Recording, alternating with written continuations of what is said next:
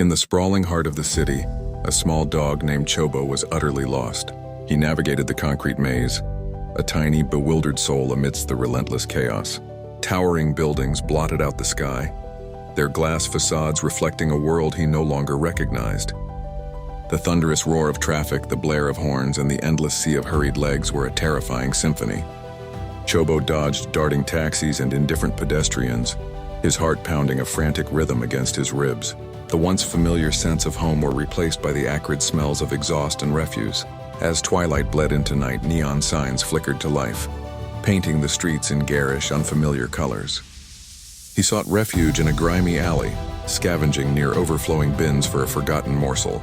Then the sky opened up and a gentle rain began to fall, plastering his fur to his shivering frame and blurring the city lights into a watercolor of sorrow.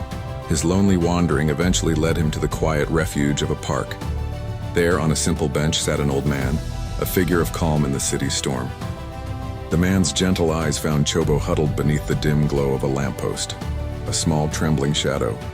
Without a word, the old man broke off a piece of his sandwich and extended a weathered hand.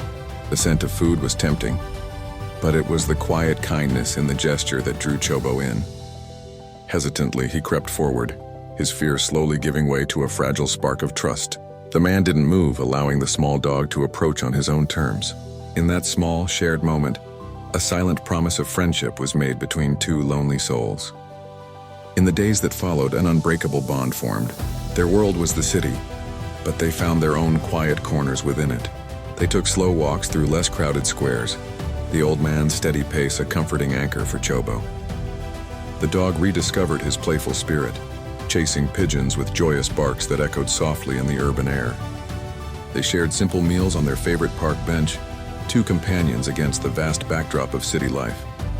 At night, in the old man's small, cozy apartment, Chobo would sleep peacefully at his feet, the distant city lights twinkling through a window like 1,000 fallen stars.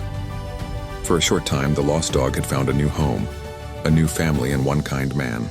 Their peaceful routine was shattered one ordinary afternoon. While walking past a bustling neighborhood market, a flash of paper on a lamppost caught the old man's eye. It was a missing dog poster, rain-smudged and weathered. His heart stopped. The picture was of Chobo. A wave of conflict washed over his face. The joy he'd found was intertwined with the sorrow of another's loss. The cheerful noise of the market faded into a dull roar as he stared at the hopeful, desperate words on the poster. He knew what he had to do. With a heavy heart but a resolute spirit, the old man made his way to an old payphone. His call was short, his voice thick with a sadness he tried to hide. Later, at a prearranged spot in a city park, a hopeful family waited anxiously. Suddenly, Chobo spotted them. A jolt of recognition ran through him, and he bolted across the grass, his tail a blur of unrestrained happiness. The reunion was a cascade of joyous barks, happy tears, and relieved embraces. From a respectful distance, leaning against a stone monument, the old man watched. A bittersweet smile touched his lips, a mixture of his own sorrow and the profound joy he had just orchestrated. He saw the family shower Chobo with affection, and he gave a small, almost imperceptible nod. His part in this story was over. As the family's car pulled away, Chobo looked back one last time, a final, silent acknowledgement.